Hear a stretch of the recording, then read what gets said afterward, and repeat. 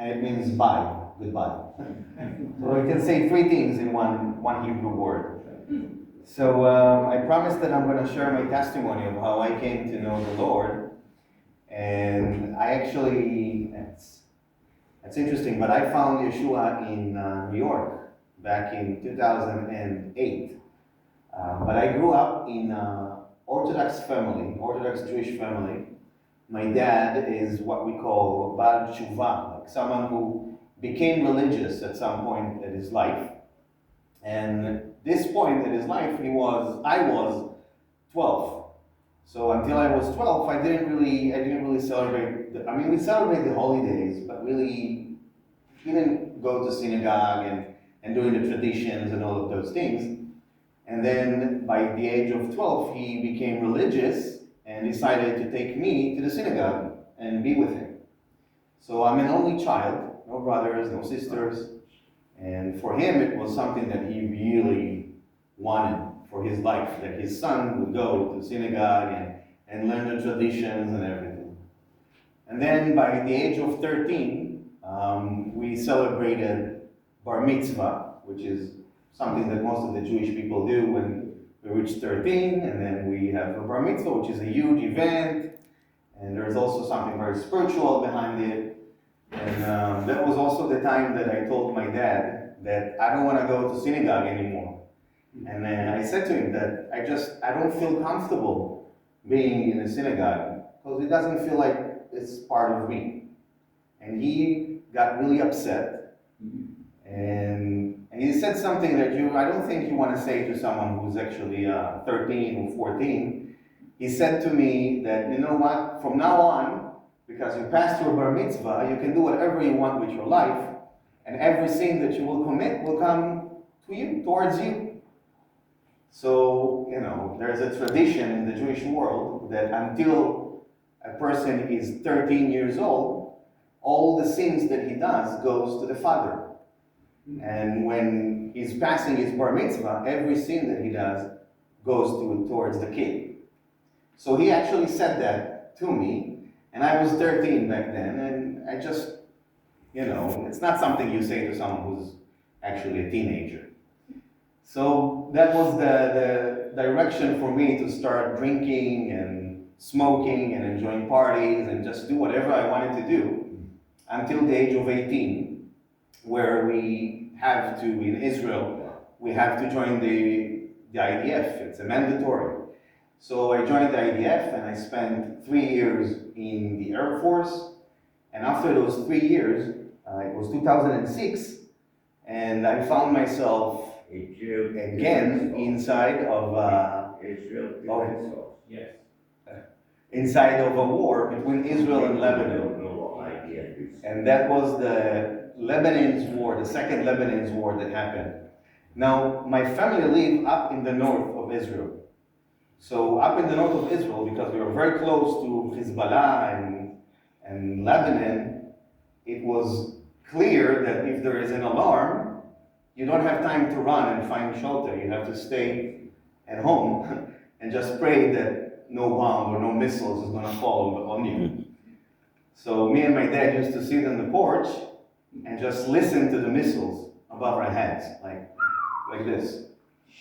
Something you don't really expect doing in real life, but that's actually how we lived back then. And at some point, I just decided that I don't want to be religious anymore, and not religious. That I don't want to be in Israel anymore.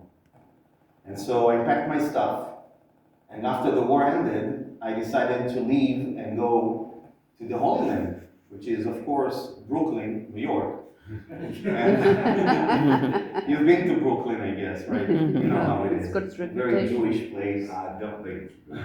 Maybe in the future you'll be there. Okay, maybe I will. And I'll put it on the bucket list. sure. Brooklyn bucket list. Yeah. So anyways, I found a job. I got to New York and find a job working as a kosher supervisor in a pizza shop in Upper East Side in Manhattan. And I wasn't religious, I was just by myself, so I could do whatever I wanted. So I was the happiest kosher supervisor ever. I used to smoke weed and just enjoying life. And, One day I was in the pizza shop and this lady came into the restaurant and she's looking at me and she asks, "What's the heat of the ovens?" And I looked at her and I said, "Well, I don't know, it's pizza. We cook the food and you eat it. That's how it works usually." And she really wanted to know what heat do we use to cook the food. Now I found out that this is actually a tradition that for the kosher food, it needs to be cooked in a different amount of heat that it will be cooked well. But this has actually challenged my faith and go deep into my own faith and understand what does it mean to actually be a Jew that doesn't live in Israel? Because in Israel, everyone are Jews. But outside of Israel, it's not like that. And then we had another war with Gaza, and I had an Israeli channel on the TV in the pizza shop. And it was in Hebrew, so it was the news and the war and everything. And then this guy came into the pizza shop, and he looks at me, and he asked to go to the shirutim, which means restrooms. But then he said miklachat, which means shower. He said miklachat in Hebrew, by the way. So I understood that he wanted to go to the restroom. So I pointed him to the restroom. When he got out, as a good Israeli, I decided to correct his mistake and tell him that he asked to go to the shower and not to the restroom. So he looked at me and he said, "Oh, so that's why when I've been to Israel, whenever I wanted to go to the restroom, people gave me a towel." That makes sense, right? You said you want to go take a shower. Anyways, he was not Jewish. His name is Rory. And I was lonely and he was just there. And we became really good friends. And one day, I'm walking with him from 91st Street, this is where the pizza shop was, to 45th Street, Times Square. We're just walking and talking about life. And then I looked at him and I told him, "Rory, I will never become a Christian. It doesn't matter what you're going to tell, what you're going to say, I'll never become a Christian."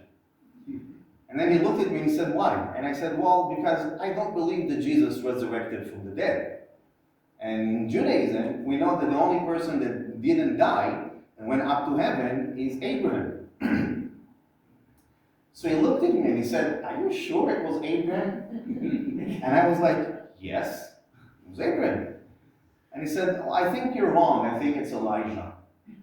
And I said to him, "Rory, I'm Jewish. Trust me." That was clear for me that it was Abraham. Out of nowhere, he took his Bible out of his bag and he opened the book and he proved to me that it was Elijah. So at this moment, I just looked at his Bible and I see that it was Elijah, and I said to him, "Well, your Bible is a Christian Bible and it's in English. In my Hebrew Bible, it says it was Abraham." I went home and he really changed something here because I really wanted to know more about my faith and my Bible. And I couldn't really understand how a Gentile knows better than me about my book. So I went back home and I opened the Bible and I see that it was Abraham. Wow.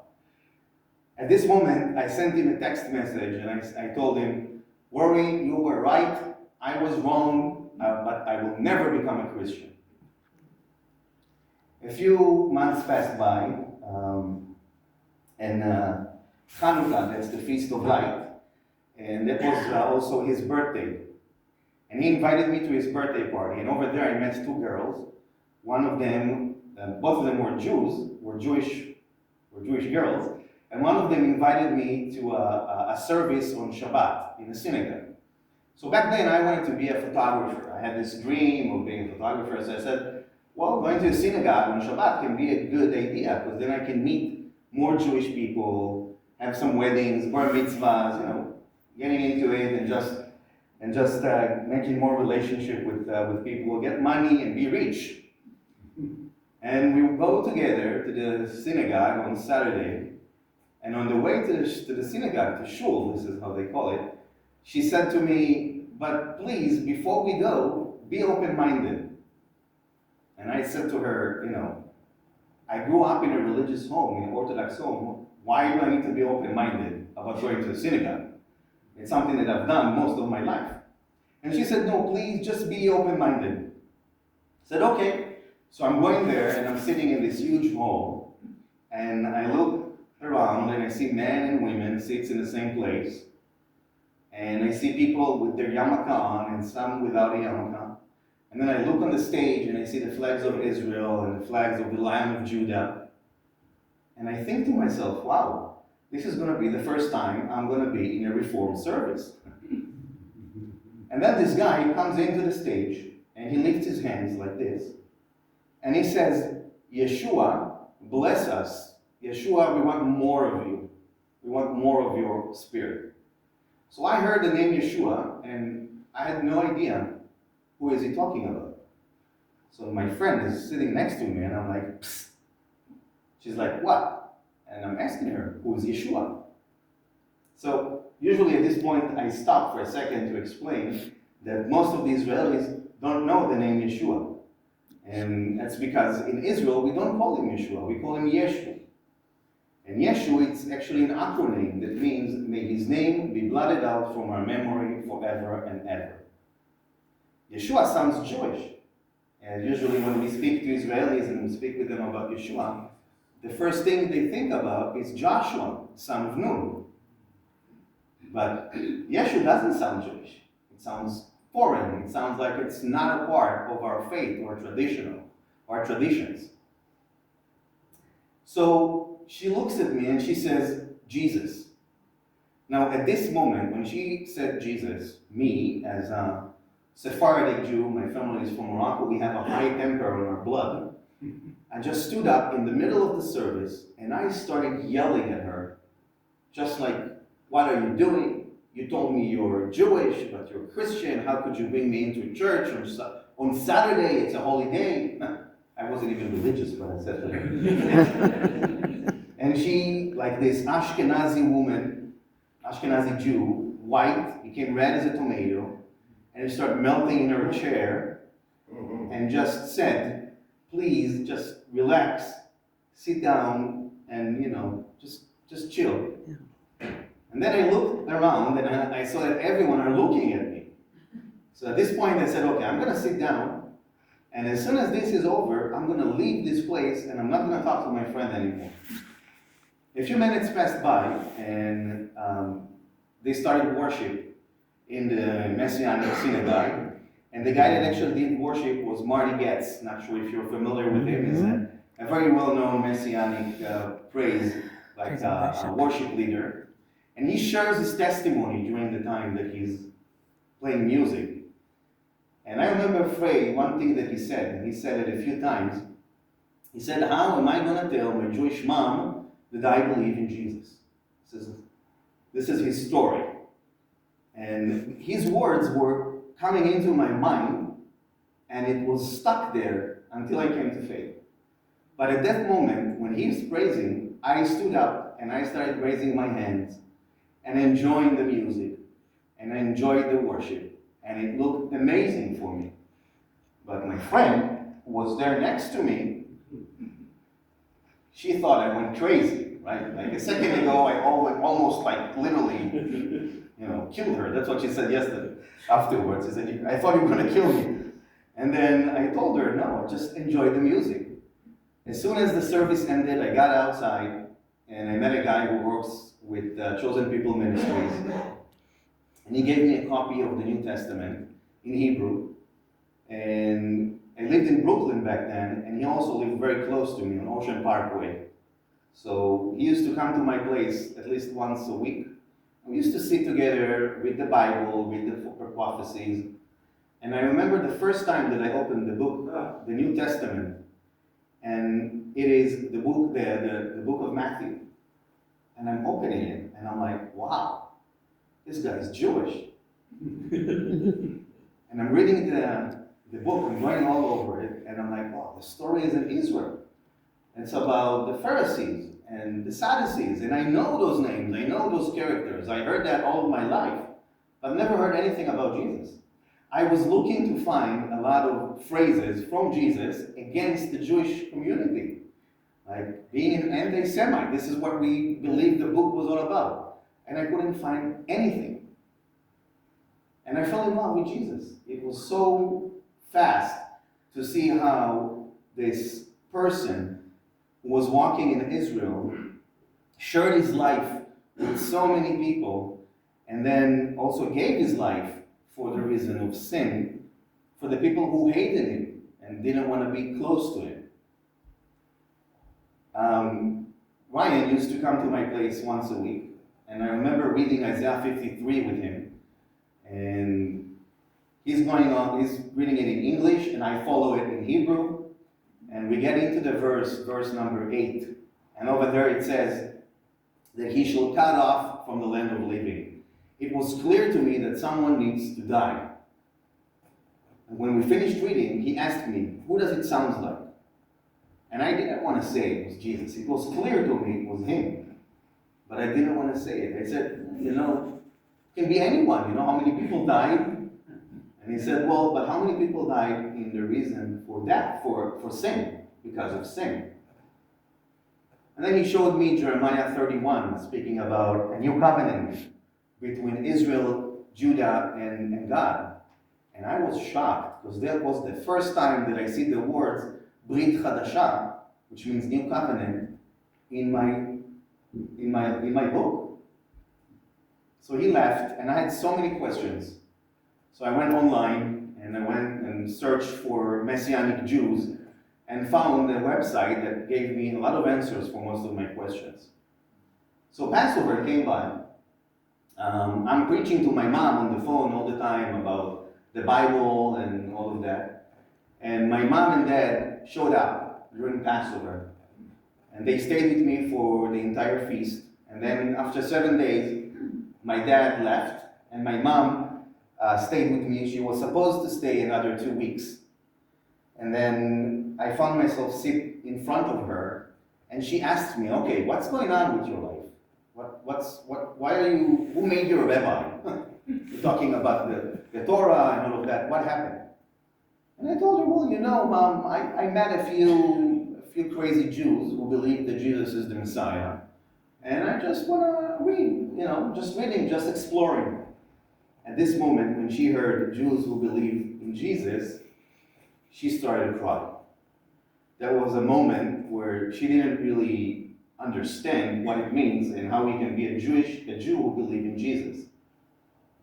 And we got into this huge fight. Instead of staying for 2 more weeks, she left 2 days after. And for me, it felt like I kicked her away from my home. So after that, I find myself in the subway, and I'm sitting in the subway, and I'm closing my eyes, and I'm saying, God, if you're really there, and if Yeshua, if Jesus is your son, and he's the Messiah, I will follow. I'll do everything that it needed to do to follow him. But if not, please, take those people away from me. I don't want to hear about Messianic Judaism. I don't want to hear about Jesus. And at this moment, it felt like someone gives me a hug in the subway. But this hug felt like my father was there with me and just hugged me with a big hug. So I opened my eyes and I went to the pizza shop. And in the pizza shop, in the restaurant, there were those Israeli limo drivers. They used to wait there for someone to call them to pick them up. And as soon as one of them saw me, he said, "Oh, finally Jesus arrived." I said, okay, nice. I went down to the basement. This is where the kitchen used to be back then. And got myself into this huge refrigerator inside the kitchen. I prefer the weather where it's cold, not like what we have in Israel when it's too hot. And I called a friend of mine who back then used to work with Jews for Jesus. And I told her everything that happened to me. And then she asked me, are you ready to accept Jesus into your life? And I said, yes.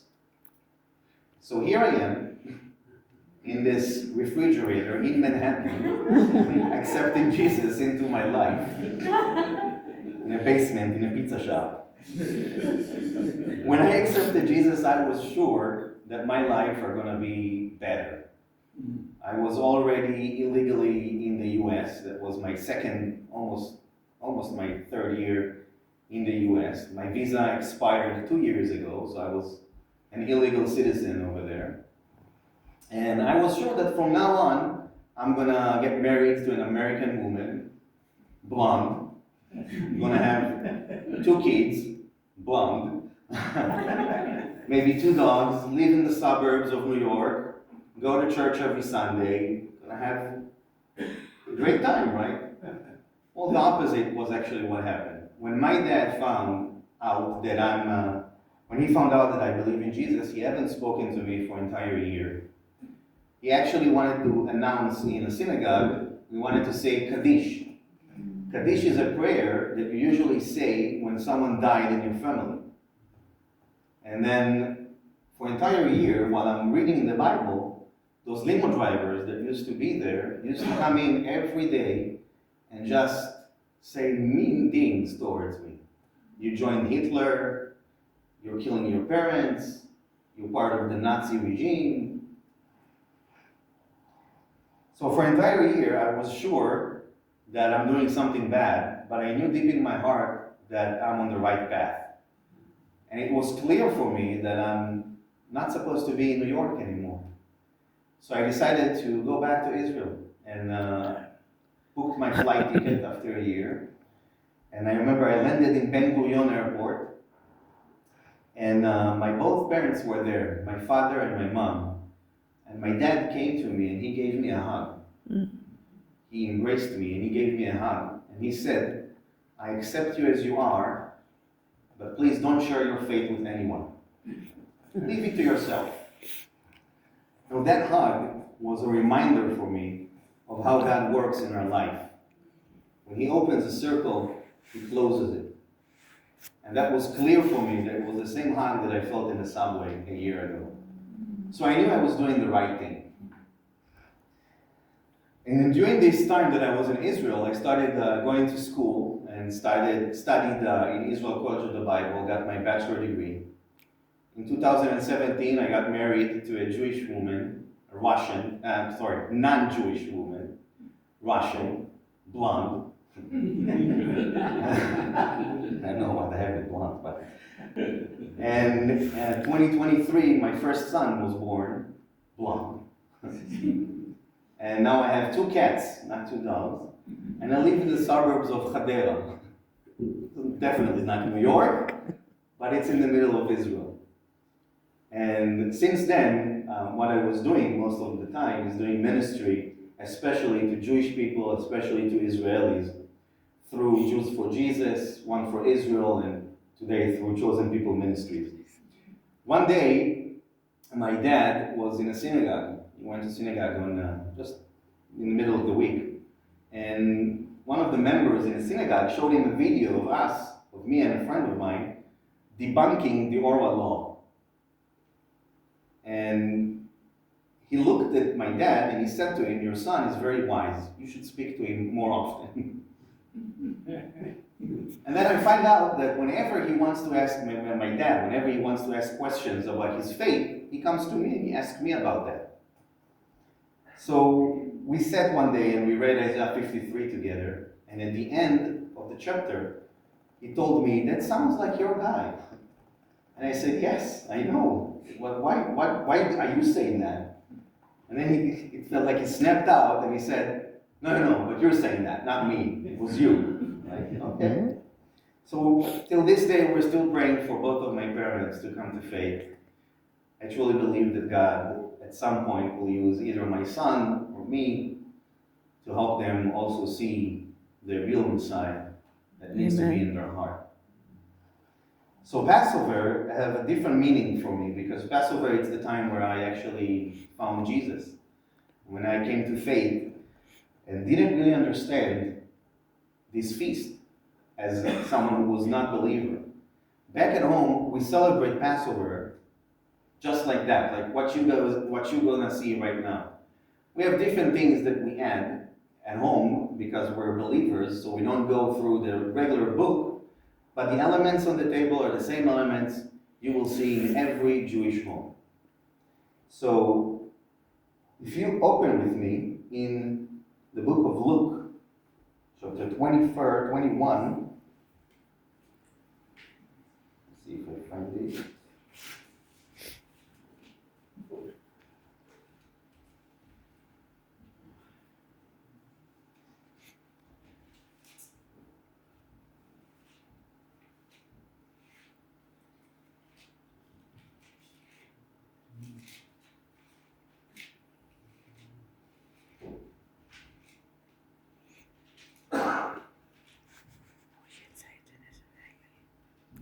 No, it's not 21, I'm sorry.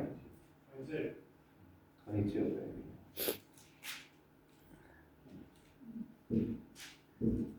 baby. Yeah.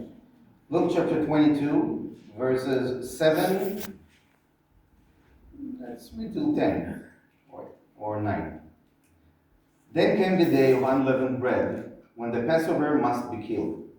And he sent Peter and John, saying, Go and prepare us the Passover, that we may eat. And they said unto him, Where, oh, the English here is weird, where wilt thou that we prepare? And he said unto them, Behold, when you are entered into the city, there shall be a man meet you, bearing a pitcher of water. Follow him into the house where he entered in. And you shall say unto the good man of the house, The master said unto thee, Where is the guest chamber? Guest chamber. I don't know what translation you gave. Usually I'm using the where I shall eat Passover with my disciples. Which one is it? Oh, it's the King James. Yes. No, that's fine.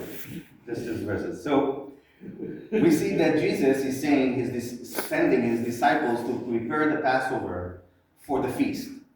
Now it's interesting because until today, Jews, before a week or 2 weeks before the Passover, what we do is that we clean the entire house. Like my mom is actually cleaning everything and starts painting everything, and we clean everything that we can. It's a good excuse to actually clean every corner in the house. So we make sure that we don't have any crumbs, any cookies, any flour, no dough. We take everything out and we clean it completely. The day before Passover, it comes the time where the man needs to clean the house with his children. So what we do is that we're doing something that's called bdikat chametz, which is the search for chametz, the search for dough. And we clean the house, the man goes over and clean the house with these two interesting tools. We have a wooden spoon and a feather. So he takes one of his children, and the wife, before they do that, she's taking crumbs, put them inside piece of paper, and she's putting it somewhere in the corner of the house. So the man takes his child, and without touching those crumbs, he's putting that like this on the spoon, and then they throw it away to a bag that on the day after, they're going to burn it outside. So now, when you think about that, why, for your opinion, why does dough is such an important thing to bring out of the house before Passover starts? I'll tell you why. In the Torah, usually dough or bread or yeast, when we mix them together, it makes it puffed up.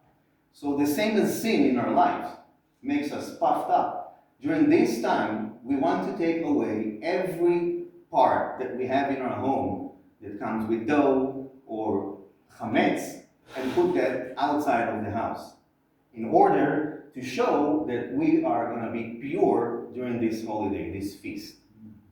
So after the house has been cleaned, it is the time to actually prepare the food and dinner. And before we prepare dinner, the man of the house is preparing the entire table, the entire set. And it goes by 4 cups, as you can see here. And then we have 2 candles. We have the Kiddush cup, we'll talk about it in a second. And over here we have the Jewish appetizers for the meal. We'll go over them in a second as well. So the house is ready, it's clean, and now it's time to actually prepare the Passover. Usually, the Passover Seder, by the way, Seder means order, because it goes by a certain order, goes up to 3 hours. So I really hope you have enough time to stay here with me for 3 hours. We'll try to make it the short way.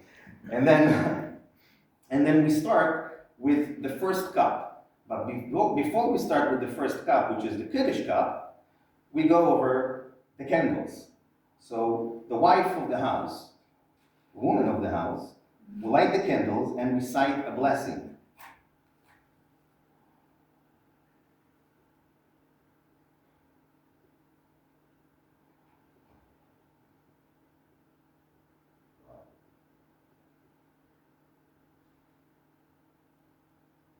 Okay. ברוך אתה אדוני, אלוהינו מלך העולם, אשר קידשנו בישוע המשיח, וציווה אותנו להיות אור לעולם. Blessed art thou, King of the universe, who sanctifies us through Yeshua the Messiah, and commanded us to be a light for the world. Then comes the first cup, or the Kiddush cup, the cup of sanctification. So we'll pour wine until the top of the cup, because usually that means a lot of joy. A full cup means a lot of joy. And then we'll bless. Baruch atah Adonai, Eloheinu melech haolam, boreh pri hagefel. Blessed art thou, King of the universe, who brings forth fruit out of the wine. At this point, everyone at the table is going to drink a full cup of wine or grape juice. Just think what happened after 3 cups of wine. But after that, the man of the house will take this matzah tash, and I'm going to show it to you. There are 3 different layers of matzah inside this little pouch. There's one on the top, there's one in the middle. I don't know if you see it in there. Okay, you see it. There's one in the middle, and then there is also one in the bottom, right here. Okay? So he will take the middle matzah, put that back here, and then he will break it into half, like this. One half he's going to put back inside the middle layer.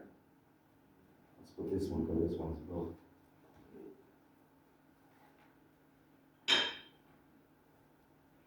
And then the other half, he's going to wrap it in a cloth that's called afikoman. Can you say that with me? Afikoman. So afikoman is not a Hebrew word. It's actually a Greek word, which means the thing that comes after.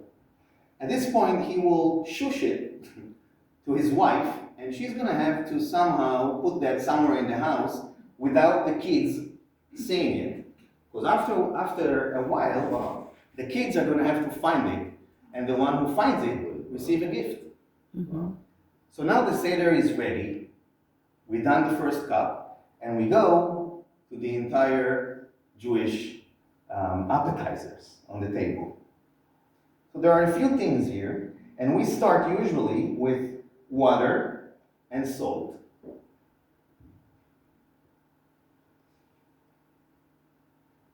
And we take this thing here that's called in Hebrew karpas, and in English this is usually parsley, green leaves. Mm-hmm.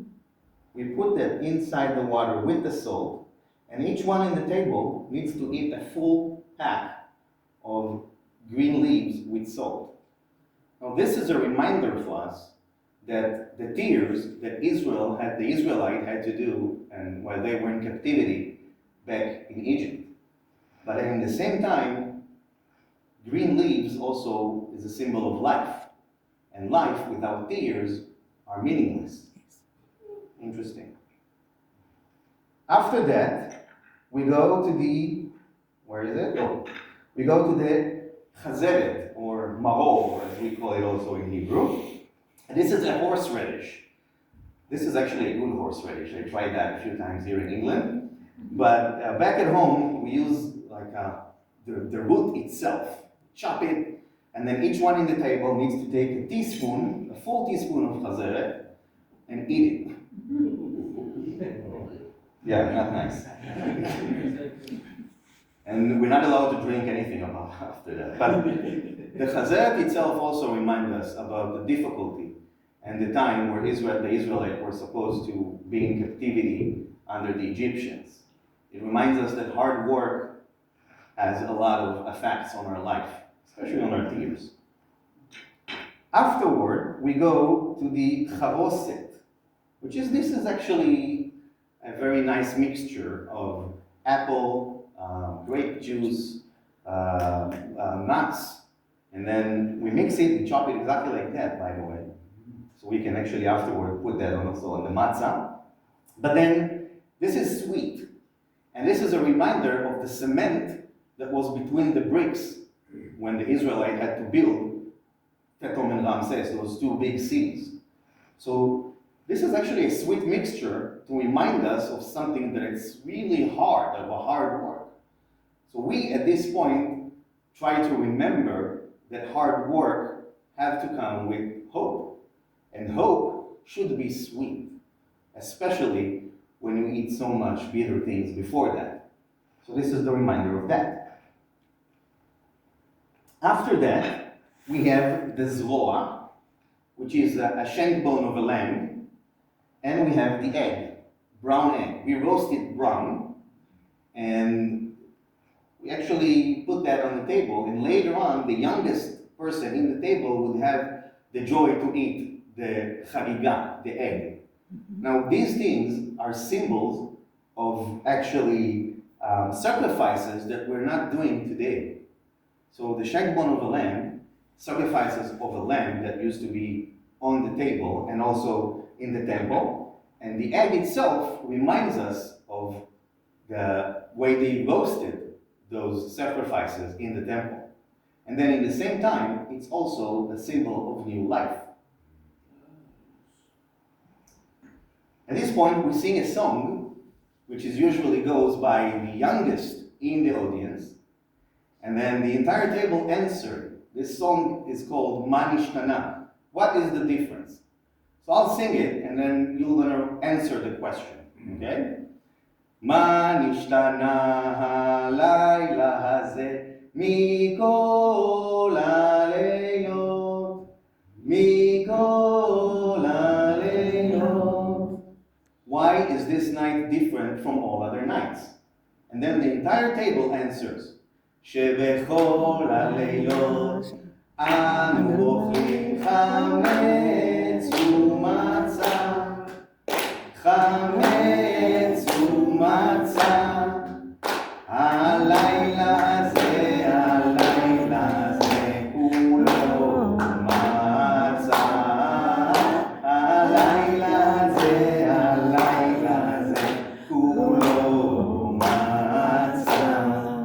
That on all other nights we eat leavened and unleavened bread, but on this night we eat only leavened bread, which is the matzah, unleavened bread. Only unleavened bread, which is the matzah. So now we finish the appetizers and the first cup, the Kiddush cup, and we go to the second cup, which is the cup of plagues. At this point, everyone at the table fill up the cup until the end, take their pinky and put that inside, and then whenever there's a drop falling on the table, we recite the names of those 10 plagues as a memory of the plagues that God has put over Egypt. This is also a symbol for us that God is merciful, that He protected the people of Israel. And then on the 10th plague, which is the plague of death, it's a reminder for us of the blood of the Lamb that passed, that by doing this, death was passing over the houses of Israel. And it's interesting how God actually asked from Moses to tell the Israelites to put the blood on the side posts, on the doorsteps, right? He put one here, and then one over here, and another one on the top. By doing this, death passed over the people of Israel. This is where we get the name Passover, or in Hebrew, Pesach. After that, we drink the full cup, and this is the time that dinner has been served. Usually during Passover, we'll eat lamb and some other appetizers, but no, leavened bread. Nothing that comes with leaven. Even the spices are very tiny. We use salt and pepper, and that's it. So I'll take a few minutes from your time just to share with you what we do in Israel with Chosen People Ministries. And then we can go on with our Passover Seder. So I'm based in Ramat Gan, in Tel Aviv, and we host Kabbalat Shabbat, which is Shabbat events every Friday night. At least not every, but at least twice a month. Chosen People Ministries have been around for almost 125 years, and whenever there is a Jewish community, we're there. We're going to be there to serve, to pray, and also to bring the gospel to the Jewish people. And this is how we do it. We believe in creating relationship. We believe in coming to the people, to their homes, and actually sit with them, read the Bible, and follow whatever they need, and then in the same time to share the gospel with them. Since October 7th, our job has been, I would say, grown. And it's a good sign that we see that Israelis especially ask questions about Yeshua and about their faith. But then on the other hand, we know that war is never a good time. So we try to share the gospel and be very gentle with a lot of Israelis and the Jewish people worldwide, especially during this time that we see anti-Semitism that's being rose wherever we are in the world, 200% to be precise. I have some books for you that I brought that was written by, this one is about the Feast of Tabernacle, and it was written by Mitch and Zehava Glazer. Mitch is the president of Chosen People Ministry. Zehava, that's his wife, great people. And also the book of the Israeli holidays and how to oppose anti-Semitism. I think that especially for people who live outside of Israel, and you see that around more than what we see that inside of Israel. We don't see a lot of anti-Semitism inside Israel. But this is I think it's good to see the points that there are here. It's a small book and can really bring some really good points how to speak to Jewish people and also to people who just want to hate the Jewish people as well. So I have my little table over there with different books you can purchase. And then I accept, of course, cash, card, hugs, whatever. Good. So, okay, let's keep on with dinner, okay, with Passover. So I think there is something missing on the table. Do you remember what it is? That's The Afikoman. the Afikoman, right. So during dinner, the kids are going all over. They don't want to eat. They actually want to find the Afikoman. And one of them actually found it, and he brings it to the head of the table, the man of the house. And then he fills the third cup until the end. He reveals the other half to the entire table, like this. And then he breaks a little piece in the size of an olive, this is how they say it in the Talmud. And each one in the table receive a piece of the Afikoman in the table. After that, they take the third cup, which is called the cup of salvation. Does that look familiar to you? Yep. Do this in a reminder of me, right? Mm-hmm. Drink this as a sign of the new covenant. This is what we do every Passover. This is what most of the Jews today do every Passover, without understanding what they actually do communion together. But think about it for a second. Even the matzah itself, even the matzah, as an unleavened bread, pure out of sin, reminds us of Jesus on the table. Not only that, it's also pierced. Can you see that? Mm-hmm. You see it? And he shall be pierced out of us to our transgressions. But there's another symbol on the table that reminds us of Jesus himself. And it's the matzah tash. This little pouch that we put those 3 layers of matzah inside is very unique, because growing up in Israel, we don't really ask what is the reason that we have this pouch on the table. We just do it. But if you ask a rabbi, they will have different opinions about that. Some will say that the first matzah represents the priests, the second is the people of Israel, and the third one is the Levites. But then it raises a question. Why do we take out the middle matzah, we break it, and then we hide it, and then someone needs to eat it when it comes back? The matzah touch yourself, as a believer, today I know, it's a reminder of the unity of God. Think about it for a second. Above, you have one piece, God the Father. In the middle, you have a piece that we usually take out, we break, and then we hide it, and then it comes back. Yeshua, the Messiah. And the third one is the Holy Spirit. Interesting, right? Never thought about that as growing up in a Jewish home, but this is an eye-opener for us, that God is united. And this is where Moses recites in the desert, where it says, Shema Yisrael, Adonai Eloheinu, Adonai Echad. Hear, O Israel, the Lord is your God, the Lord is one. One can also mean unity in Hebrew. After we finish with the matzah tash and we do communion together, this is the time for the 4th cup. The 4th cup is the cup of praise. At this point in the table, we usually set up one seat that is left untouched. At this point, yeah, who said that? Nice. So we leave a seat in the table that is left untouched.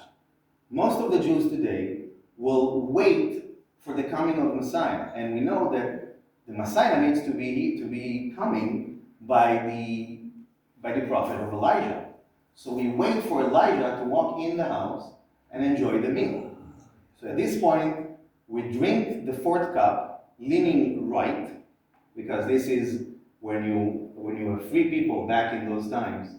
When you have freedom, then you could lean on your pillow and just enjoy. And we look towards the door. It's kind of hard to do that after 3 cups, right? But we look towards the door, drinking the cup, and waiting for Elijah to come in and announce the coming of Messiah. The entire feast of Passover is the anticipation of Messiah to show up in the house.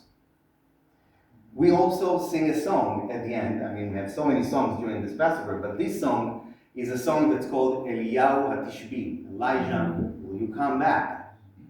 I don't remember the words completely, but I know it goes like this. Eliyahu HaTishbi, Eliyahu HaTishbi. Sorry. Eliyahu, Eliyahu HaTishbi. So it means, may Elijah will come back and announce the coming of Messiah. And this is Messiah and Passover. Thank you very much for being here with me. And I would like to pray for you. And we can, if you want to try the matzah and those appetizers, you're free to do that. And Abba, Father, thank you for this day. Thank you for this time and for this, for your church. And I'm praying that this church will grow, that more people would come to know Messiah here in this place, in the house of the Lord, Father. I pray for the Jewish people, wherever they celebrate Passover during this time, that you will show yourself to them, Father. Yes. We know that you already came, and we know that John came in the spirit of Elijah and announced the coming of Messiah, Father. So I'm praying that during this Passover, that will be in 2 weeks from now, Jewish people all over the world will see you in their Passover table, Father. Thank you for this church and for the people who are here. And I'm praying in Yeshua's name. Amen. Amen.